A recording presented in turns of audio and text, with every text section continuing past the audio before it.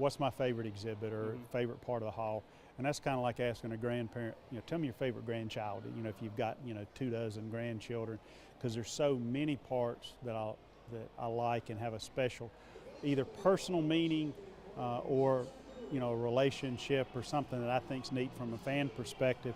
But one that's always been special is Glory Road, because it tells the history of NASCAR. And this is the second version of Glory Road that we've had, but even with the first one, when we first did our soft opening in April of 2010 before we opened, I knew the cars that were going in here, and I sat up in that skybox there before folks started coming in for our soft opening, and I literally sat there and came to tears because I was looking at kind of from where Junior Johnson's car is on up. I had lived it all, and at that time it was where Fireball Roberts' car was, and Fireball's accident was the second race that I went to. So, it's just kind of what I grew up with, and then knowing the Wood brothers as I've become to know them, and growing up a Richard Petty fan and his last championship car, Jeff Gordon's first win car, Rusty's 50th win car. Just every one of them has some kind of meaning either to the industry or to me.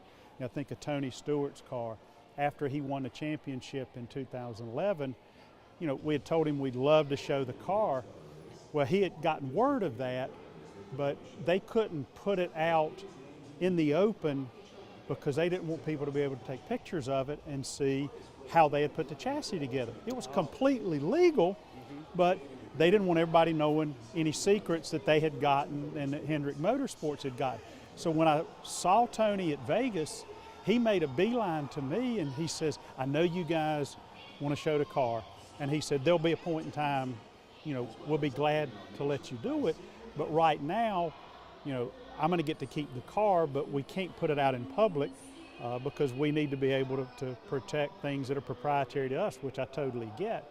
So when we were going through the second iteration of Glory Road and talked to Tony and his folks, it was like that. He was willing to make the car available. So those type of things are just so cool, and you see how the industry has just helped us with the hall. So Glory Road has always been, both versions of it, we call this Glory Road 2.0, has always been very special